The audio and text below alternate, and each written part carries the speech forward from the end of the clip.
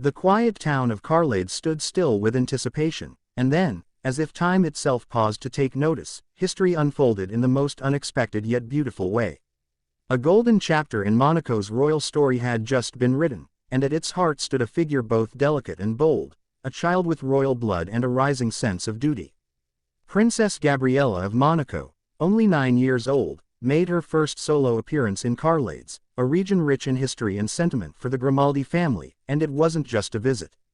It was a royal debut of immense symbolic weight, one that captivated not only her native Monaco but rippled far beyond, setting in motion a future the world can now sense taking form. Born into a life of extraordinary privilege and intense scrutiny, Princess Gabriella Thérèse Marie, the twin daughter of Prince Albert II and Princess Charlene, has often shared the royal spotlight with her brother, Prince Jacques, the hereditary Prince of Monaco. But this journey was hers alone, and for the very first time, the world saw her stepping forward not just as a royal child, but as a budding young woman carrying centuries of tradition, heritage, and hope on her small but determined shoulders. The significance of her visit to Carladès is magnified by the deep ancestral roots Prince Albert has in the region. He holds the historical title of Count of Carladès. And now, Gabriella's presence there was not a coincidence, it was a carefully orchestrated signal of continuity, legacy, and possibly a preview of the roles she might one day embrace more fully. The people of Carladès were visibly moved. For many, this moment was not simply about protocol or a formal engagement. It was about witnessing history bloom in real time. The young princess greeted citizens with grace well beyond her years, her soft smiles melting even the most hardened of hearts. Children her age, dressed in traditional outfits, offered her flowers and curtsied. Elders reached out with hands trembling not just from age but from the emotion of seeing the future of Monaco come alive before them. Gabriella's arrival was met with an orchestral welcome, with choirs harmonizing melodies that spoke of unity and honor, evoking the deep ties between the House of Grimaldi and the region of Auvergne. This royal journey wasn't just symbolic, it was profoundly emotional. Princess Gabriella stood before monuments and plaques honoring her ancestors. At each stop, her eyes seemed to absorb the weight of her history, the strength of her lineage, and the powerful expectations resting on her shoulders. Though guided by aides and palace staff, the young royal moved with an instinctual understanding of her role, bowing where appropriate, engaging sincerely, and even surprising onlookers with her maturity in spontaneous speeches.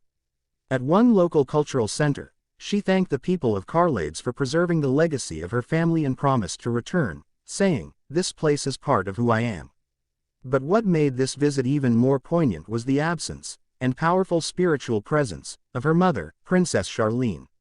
Known for her elegance and strength, Charlene has often kept her children closely guarded from overwhelming public life.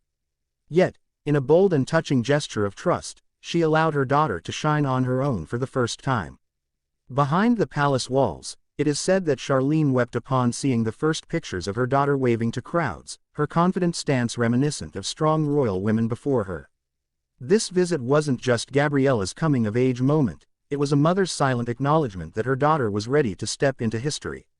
Prince Albert, a father known for his devotion to both Jacques and Gabriella, reportedly played a key role in preparing his daughter for this monumental appearance. Sources close to the palace reveal that he shared stories of Carladès from his own childhood, showing her pictures, teaching her about the importance of preserving traditions, and inspiring her with tales of the Grimaldi resilience. She is curious, intelligent, and fiercely proud of her roots, a palace aide shared anonymously. The way she embraced Carladès was nothing short of magical. Observers couldn't help but notice how Gabriella chose to dress for the occasion. Her outfit, a soft pastel ensemble adorned with motifs inspired by Carladès folklore, was crafted by a Monegasque designer and subtly stitched with symbols of unity between the Principality and the French region. Fashion experts quickly praised the choice as both age-appropriate and culturally respectful, praising the palace for curating such a dignified and deeply symbolic wardrobe for the occasion. But more than just her clothes, it was her poise that left an imprint on the day. Photographs captured her kneeling beside a local elder, her hands gently clasped in greeting, her expression sincere and engaged. What unfolded that day was more than a royal visit, it was a silent coronation of potential. For a brief moment, the monarchy's future stepped out of the shadow of her titles and walked freely among the people who have, for centuries, held the Grimaldis close in their hearts. Gabriella's visit to Carladès subtly but clearly echoed a message. She is more than a princess, she is a guardian of legacy in the making. Behind the scenes, royal advisors and international media buzzed with speculation about what this might mean for the future. Would Gabriella be given more roles outside of Monaco? Was this her first step into a wider European royal presence? And how would this shape her relationship with her brother, Prince Jacques? Though Jacques remains the heir apparent, it is no secret that Gabriella has always possessed an innate charisma that draws admiration. With this visit, she has effectively begun carving a unique space for herself within the royal narrative, distinct yet complementary to her brother's destiny. Cultural analysts were quick to note the significance of sending Gabriella, and not Jacques, on this particular mission. In many ways, it challenges traditional norms, placing a female child royal in a role of solo symbolic representation.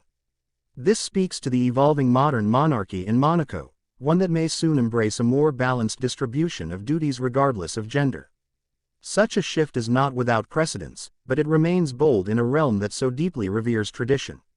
And yet, amidst all the ceremonial splendor and high-level implications, the most touching moments were the most human. A child sharing a laugh with another little girl from a nearby village.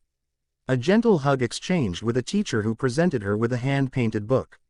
A short moment when Gabriella, upon hearing a song performed by a local children's choir, appeared overwhelmed with emotion and quietly wiped away a tear. These instances were unscripted, raw, and powerful in their simplicity. As the visit drew to a close, Princess Gabriella stood on a balcony overlooking the town square.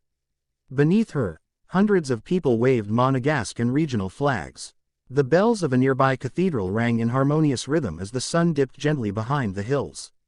In that moment, she waved, a wave that felt like a promise, a quiet but resolute affirmation that this will not be the last the world sees of her in this role. It was a royal moment, yes, but it was also a very real one. The line between duty and destiny blurred, and what emerged was the outline of a future monarch who may, one day, redefine what it means to be royal. And so, as Monaco reflects on this profound moment and Carladès holds on to the memory of a day like no other, one truth shines through. Princess Gabriella is not simply following a path laid before her, she is beginning to shape one of her own. As we watch this young royal take her first independent steps into the public eye, the world can't help but wonder, what does the future hold for Princess Gabriella, and how might she reshape the destiny of Monaco in ways we have yet to imagine?